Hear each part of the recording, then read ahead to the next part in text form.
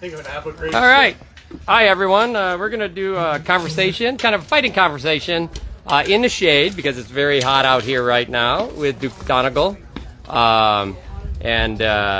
This gives us gives us a good time to get a break and get to understand a number of things about fighting, about how a fight develops, about how to drive to victory, all of these kinds of things I'm sure he's going to cover because I'm going to ask him questions as we go through anyways. So I'm going to go ahead and just let people know we're going to have a conversation over here with him and see who's interested. If anybody's interested, we're going to do just a sit down with Dongal, questions, answers, and a little fighting conversation in the shade where you can relax and you can come and go as you want. All right. Get my stool. Make sure this is getting you. You know what? I'm going to move this in because out in the sun it's probably not actually doing us a great deal of help. There we go. I think we'll just move it right back here so it catches some people. There you go. Hey, happy spot. All right. Oh, your way. We're good. I'm going to stand over here. Cool. I think we're going. All right, so I'm telling you, it's going to be good. Hi, I'm Duke Dongal from Calontir. This is just kind of a little paper I put together, partially just getting my thoughts about how I think about fighting down. I would tell everybody, take as many classes from different people as you can. Even if their kung fu is different than yours, there's likely some nugget of technique or something that you can take away from that. And even if not, just learning how other people think about fighting will tell you something about how to fight. Right? So we often just think about feelings very, very differently. So controlling the fight. What do you think controlling the fight? Didn't know you were going to ask questions, did you? No, I didn't. Using range and tempo. Sure. That's one way. Setting measure. So, I would say there are several fundamentals to fighting, and it's controlling more of those than your opponent does. Right? You don't have to control every single one, but you probably have to control the majority, or if you're really, really good at one or two, right, you can specialize. But kind of on average, if you control more of those aspects, you're probably winning that fight. The first one that I talk about, and I think in a way, especially when it comes to sword technique is the least important one. It's the one that everyone wants to focus on. It's like, how do you throw that shot? Right? And the most important question most of the time is, why did that shot work? Why was it done? But you still need to be able to put your sword in specific places to hit openings as they are, because they're shaped in certain ways, right? And they come in certain ways. And so you have to be able to throw around things and into things and through things just so that your sword can get to the spot that you can see. Offensive techniques, that's like how you move your body to hit a specific target with sufficient force. That includes, obviously, what you do with your feet, all of those positioning things, and then lastly, like how do you shape that shot so it goes into that hole. Right? Defensive technique, how do you move your body so it limits their offense, and so it keeps you so that you have a defense available if you get something wrong, all of this type of things. Right? The next basic concept, physical space, range, space, and even like size. Right? Size matters. Range, most people have like the ABCD concept of range, right? And range is important mostly because transitions matter, right? Like some guys, like I really like to fight out at C range, or like I'd like to just jump in and fight at A range. But really, you make all your money by creating transitions between one and the other. Partially because what's a good defense at one range might be a terrible defense at another. Right? And apparent range versus true range. Right? The distance, right? At this point, like I'm at a long B runs, right? Yep. Right? Now I'm at B to almost A, even though I'm in the same physical, tape measure distance from his body, because the circle of range that comes off of my shoulder is now closer to his body. Right? And then space, I treat that somewhat differently. That's both the rotational stuff But even simple things like, as a lefty, right, if he will let me offset on his body, right, we're the same distance apart, but because I'm across his short shoulder, I'm limiting the number of things that he can do without going someplace first. So if he doesn't fix it, I have a long time to track those shots and defend it, and I have my whole shoulder free to do whatever I want to. Size, right? If you're tall, be tall, right? If you're fast, be fast. All those things. You know, if you're quick, get around people. You know, I see that in. Obviously, there's a line because we're not trying to like crush people, but big guys do get to be big, right? And any of you guys ever fought Dongal from Australia? Very solid guy. Right, and I have been thrown like 6 feet across the field just because I got up right to him, and he just kind of did that. Right, body like it's not a big wrestling thing, but boom, and now because I'm not by this SCA thing, I'm not a big guy at all, and so you get to do that. You get to use what you're good at. And then temporal space, right? Tempo, measure, initiative, timing. All of those things are things that you can use to control a fight, right? Tempo, for you're not sure, that's basically in like music, right? The number of beats per minute. So like how fast that combo is, that sort of thing. Measure is the rhythm. So instead of the speed, you know, if you're sitting with ba ba ba ba ba ba, right? That's where syncopation matters, right? And then initiative. You know, or not. Who's in control of that movement, right? You know? Right. It's just all of that stuff, and he can gain control of that in the middle of that. But that's another one of those aspects, right? And then the mental space, focus, right? Like, are you in the game? Are you seeing everything at that time? And we've all been fighting long enough, right? You know that. Like, sometimes you see everything, and then suddenly you're like vision to that. Then pretty much you get hit. It follows on those things. Intensity, offensive mindset, because some people get really focused on not dying, which can make a really long fight, but it doesn't make for a successful fight at the end of the day, right? At the end of the day, you have to put a stick on your opponent to win a fight. And with intensity, I would say like the whole tension thing kind of relates to that, and I've been trying to figure out how to nuance the discussion on those two things. They are different, because you can like, without saying intent, you could ramp the intensity level like really, really, really up. But not your own personal intensity. Yeah, but you can like get your opponent. We'll cover this tomorrow in my class. Yeah, you know, super hyper, and the point of all this is, right, so it gets around to like the second most common trope that is said in the SCA. How do you want to fight? Make a pattern, break a pattern. Right? And that's easy to think of in the sword technique field, you know, AAB, AAB, AAC. That is absolutely one of those things.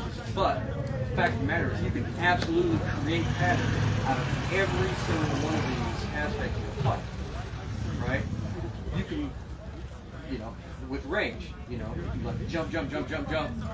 And then, like if you're chasing them, right, let them transition themselves back out. Because, you know, like we talked about, the best defense up close is not a great defense for when your opponent's at range, right? And if they're running backwards, they're less likely to notice you slightly letting them get away. Their shield's still up against their body, it has a transition now legs and hips and body, so that's usually what helps them in those situations. Speed, right? You can learn to throw the off-speed pitch.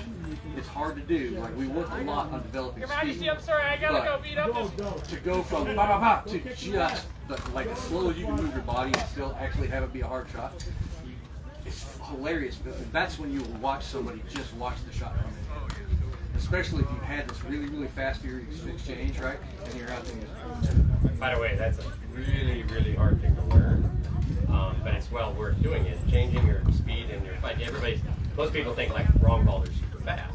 He is absolutely not super fast. In fact, when I was coming back after shoulder surgery, I started having to throw slow because I couldn't throw fast without pain or danger to my shoulder.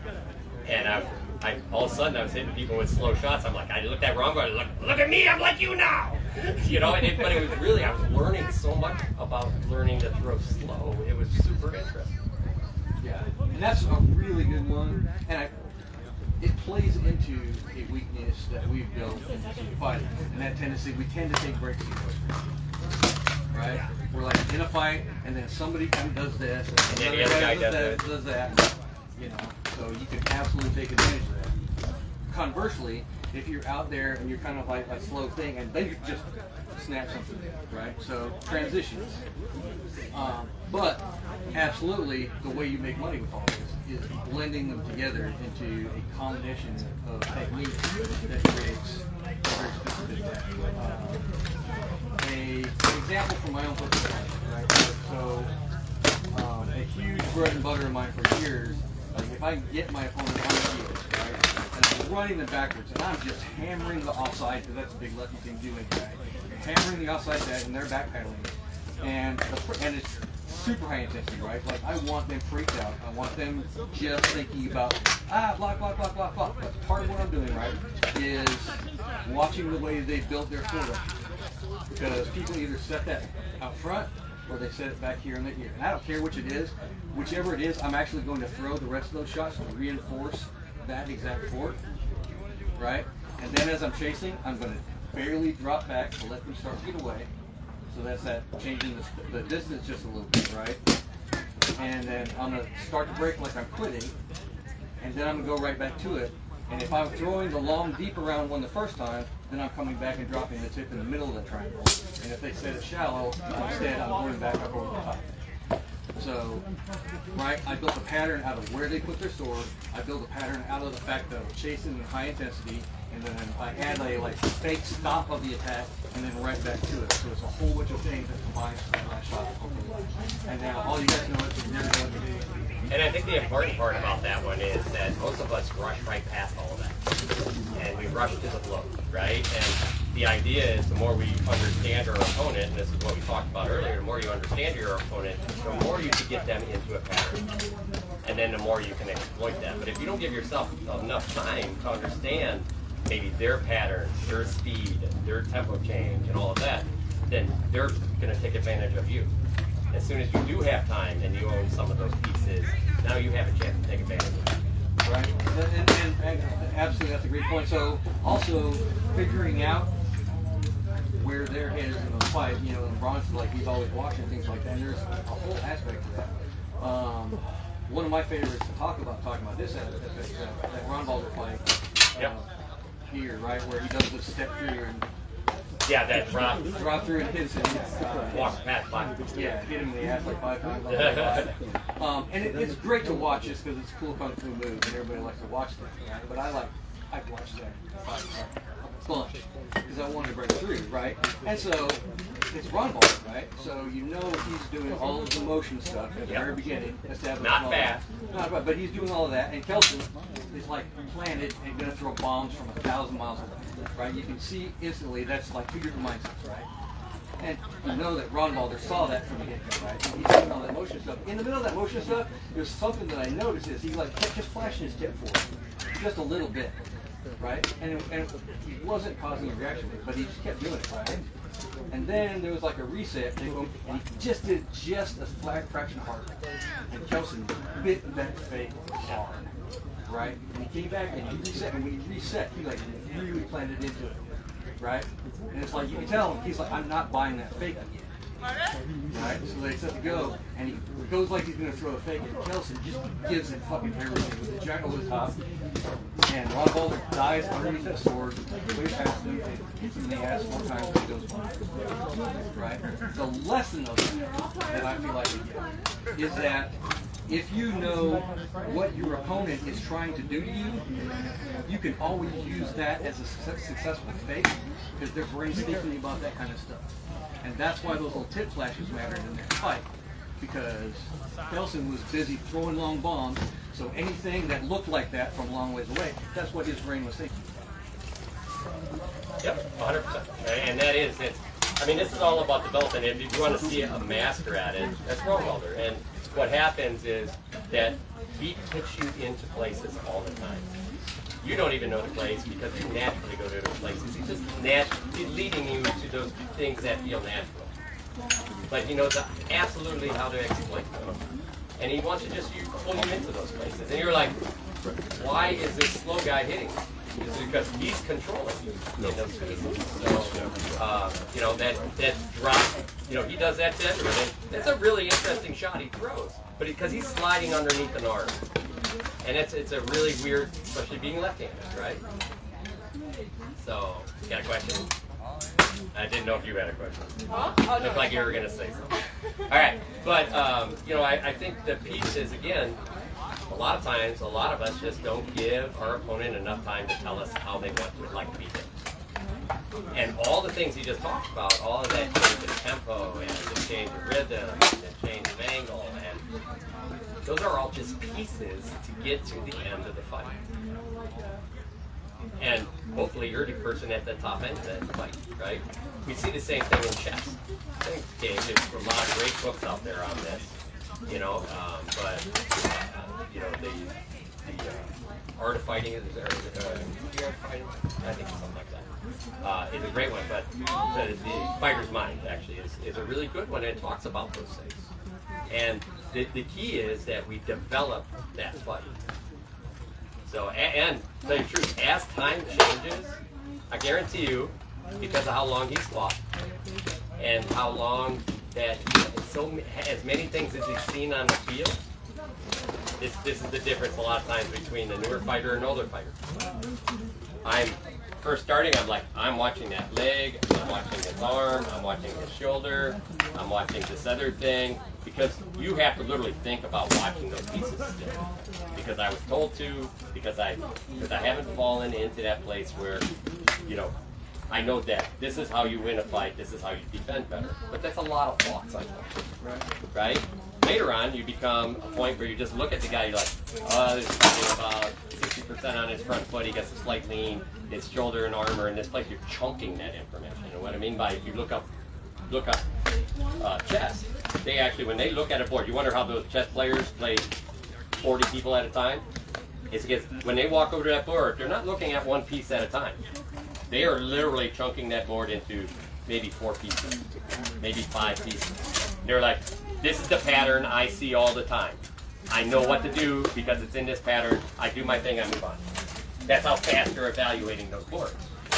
And it's very interesting. They took those same people, they laid out in a chess thing, and you had, I think it was 10 seconds to look at it, and then they took it off the screen, and then they put it back, and the person could count exactly where the pieces were on the board.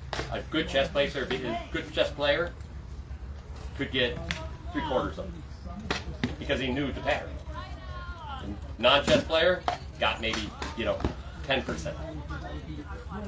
Then they randomized that board and did the same exercise.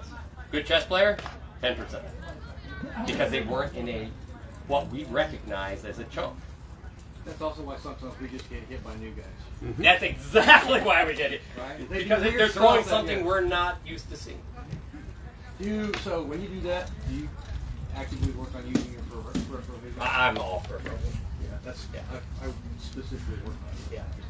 Go in focus. Does everybody know? I mean, I'm guessing most people know what peripheral vision in this room is, but there's some folks out watching. Peripheral vision is you're essentially you're not diving into, and not everybody does it this way. I'm going to focus on that, right? Peripheral vision is where you're not truly focused at one thing. I'm focused on an area of things around my opponent so that I can pick up from toe to head, or toe to tip of the sword. Compared to, I'm looking right at their shoulder. Now, I'll hear people like, in boxing, never look at their eyes, because the eyes can lie. But same thing goes. You can look through somebody. They'll talk about this. You look through somebody's eyes, and what's happening is I'm looking behind them. It gives me the peripheral vision all around it. So, and that's a big part of that building up peripheral vision. Sometimes, if you know you got a good peripheral vision when you're fighting somebody and you pick something that moves large in a corner or away from your opponent. I'll do that all the time. I'll be here fighting and something happens over here. And I'll literally look over there and they're like, are you ready? I'm like, I'm good. You know, because I still watch it. The number of times he's been in a fight and at practice and yelled over to us to stop doing something wrong while he's fighting. And still hit you. And I'll cheat if I'm having a hard time doing it. I'll like just look at your knees instead, or look down at the ground right in front of you, Right so at your that I'm chest not, or shoulder. you know. And I find that that version of that is also super handy in melee fighting. Because in melee fighting, I'm looking at all of you guys at the same time without looking at anything. Yeah. And Yeah, we not absolutely get speared. good melee people. Some people are better at melee than fighting sometimes. And that sounds funny, but it's because they pick up the field, right? And once again, that takes time and patience. It does. You know, nothing's a rush here. Are you going to quit tomorrow? Are you going to See be what the better? weather Are you is. going to be better tomorrow than today? That's what we all should be looking at. God willing. That's right. So a question, putting a couple things that were said together. So you talked about asking your opponent how they want to be beat. And you talked about a number of different aspects of control within the fight.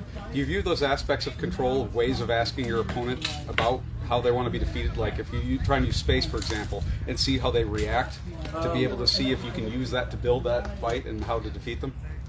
Yes, absolutely, that's true. I think that I'm a mentally more aggressive fighter than him, so I'm going to turn into more of an attack, Okay. right? So it's going to be I'm going to beat on you with those things versus he's just going to let you handle. Yeah, okay. So just to try and rephrase to make sure I'm understanding correctly, you're trying to apply a certain technique using those elements of control where you might use them to be able to see where they want to be within that and how to exploit it. Yeah, I think sometimes what happens, and this is the hard part, and I think it's actually a hard part for really advanced fighters, is they end up falling into flow. And there's lots of great books on flow. There's a lot of fighters come off the field like, I don't even remember what I did or how I did that. And it's oftentimes when you are in flow, and there's a lot of great coverage on how flow works. But it is a true 100% true thing in anything you want to do. But it especially happens in fighting. Group flow is melee fighting. Like we just did this incredible thing because we had group flow, right? And everything just worked. We're not thinking about anything. It's flashing through our heads so fast. Your decision making is so fast and clean. You have hyper awareness, but your time understanding has less energy in it, so your time goes away. You have out-of-body experience. That's because that part of your mind is getting less energy than the other parts that are making you more aware. And you get a lot more done. That's how it gets in those top games. Same thing happens on the field. And that's why sometimes early end of really great fighters can't explain what they do. Later on, you find real flow where you can come in and out of flow as you go. My flow happens. People ask this question all the time. My flow happens. I work them. It's a war. Working every corner. I already figured out how I'm going to hit them. When I execute, that is pure flow. Do you have recommendations for learning more about flow and moving in and out of flow? So, you have to read some of the real classic guys that actually teach it. They're not teaching it. Some teach it to large, high-end sports people. Actually, most flow is done in business because they say about 4 hours flow is about a day's of work. Right? These guys on the floor of the stock market, all flow. Right? So if you do something better, faster than the next guy, you are making serious cash. So, fighter's mind, the young Is it Josh Watkins, right? That's what he does for a living.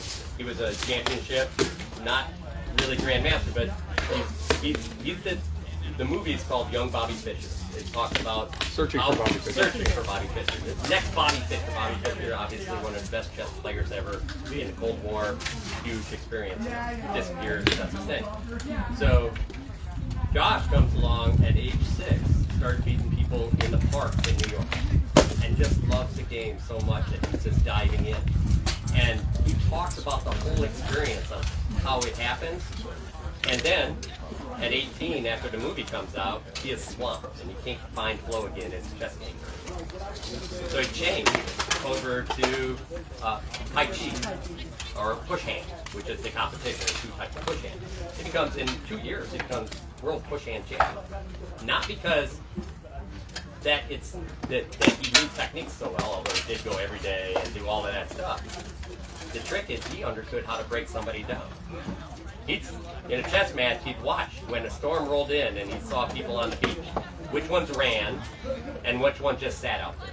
The ones that ran are all about control, so he would add variable to his game. So that same thing happens out here. If you find somebody that's totally in control, add variable to that game, and it pulls them into something that they don't feel comfortable with. Now, if they just stand out there, you're like, oh, that guy's okay with just anything happening. He's just going to be free form.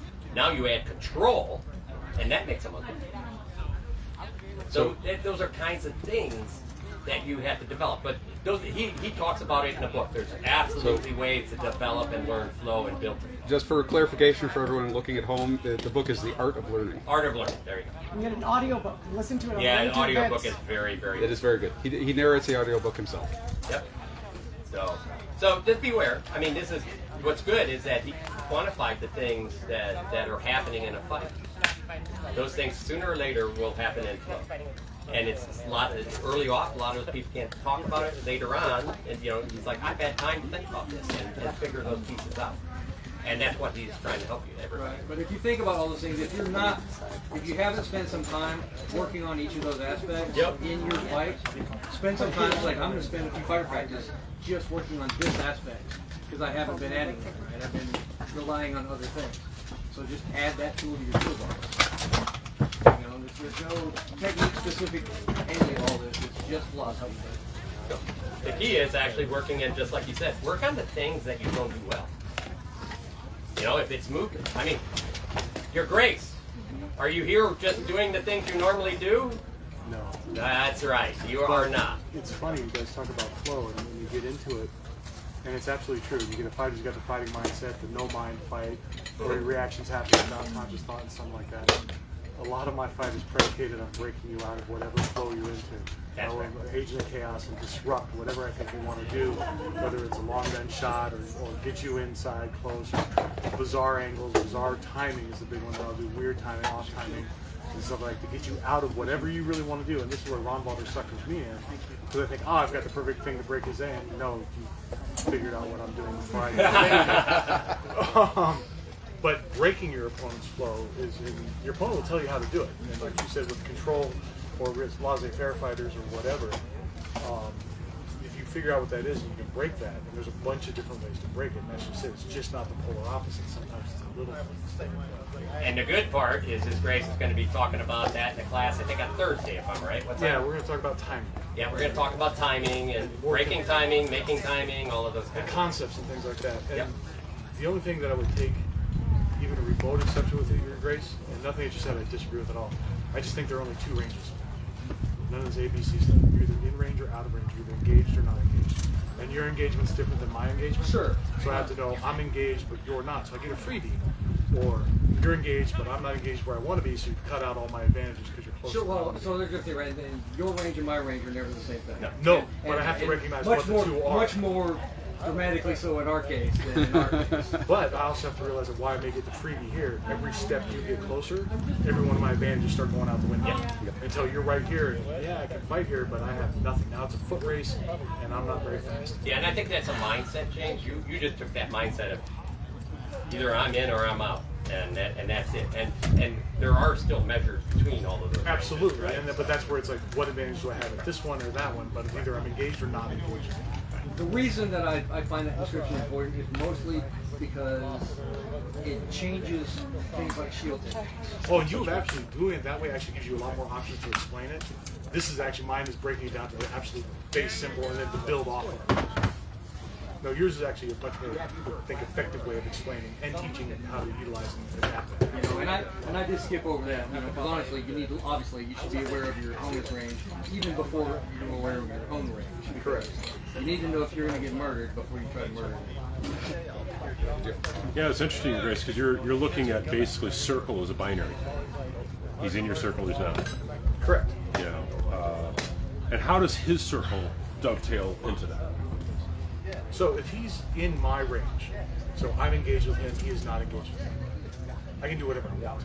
Right, yeah, I can free do lunch. low percentage shots, I can do stuff that's stupid, I can get myself off balance, out of position, as long as I have enough recovery time. Right. Once he's inside his range, now he's engaged and I'm engaged, now I have to, my shot selection, what I want to do, or my defense changes a lot because now I'm under the gun. And so once I'm under the gun, things in the fight changes.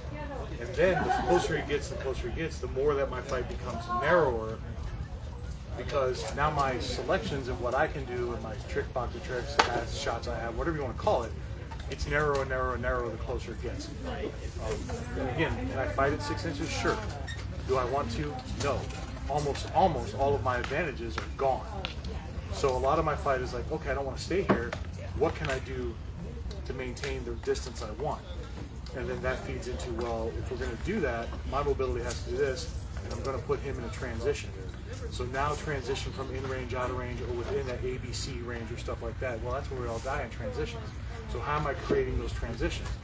And this leads into what time we're going to time in that. So if I know if you have to engage me, you have to cross this line, and you're going to cross it there based on your body thing, and I hold my sword here, you stop it. I'm going to look like I'm fast as hell. No, I'm probably the slowest fighter out here. I'm probably slower than Rondo. But if I know where you're going to be, because you've told me, opponent will tell you how to beat him, and I put my sword there, it's going to seem like I'm fast. So those transitions and going in and out of range and engagement, in and out of engagement, that's where I'm going to pick up a lot of my timing cues. So some of that philosophy is predicated on your height, then, because you, generally speaking, have range on your opponent. Is that fair So to that's say? the very first part of it is where I get the free shot. But you can get those free shots and other things based on body position, where you do it and things like that. But once you're both engaged, all of that goes out the window, because whatever I do, I am now open. So if I'm fighting you and from this range, you're in my range actually right now. So I can hit you from here and you don't have anything. Unless you have a great weapon, you don't have anything. We move 3 feet closer and I do a stupid shot like this. I'm blindingly wide open. I cross my shield like this. Crap, pick your point from the top of my head to my toes where you want to hit me. Sure. So that everything changes once we're both engaged. The only reason why my long range ever becomes effective is to get that free shot. But that free shot does a lot. It puts you on notice that you're under the gun from way over there. So now your fight has to change. And you are in a transition the whole time, where I'm not. And it was he's for that first using one. that free shot the same way I use at 15 foot, use an outside step. So you're a pole fighter, you're great? Beg your pardon? You're a pole fighter? I can be. I'm not a No, true- his sword and shield is very long. Okay, great. You have to be over 7 feet tall with a 6 foot pole and outrange me. Yep. I actually outrange you with a 6 foot pole and with a sword. Cool. And I fight polearm and usually on melee, but I'm not a North Shield polearm. We have other ones of those. It's like top end that and one of that. Those are the guys that do that. I mean, I can hang with them, but I'm not down. Thanks for your consideration. All right. My pleasure. Any other? Any other questions? Good part is I wanted to add some. This is a great chance to talk to some really great people that have. There's so many people able to give to this, and I want people to have a chance to hear others and what they have to give to it. And this is a part of education that I say a lot of stuff, and people are like, huh?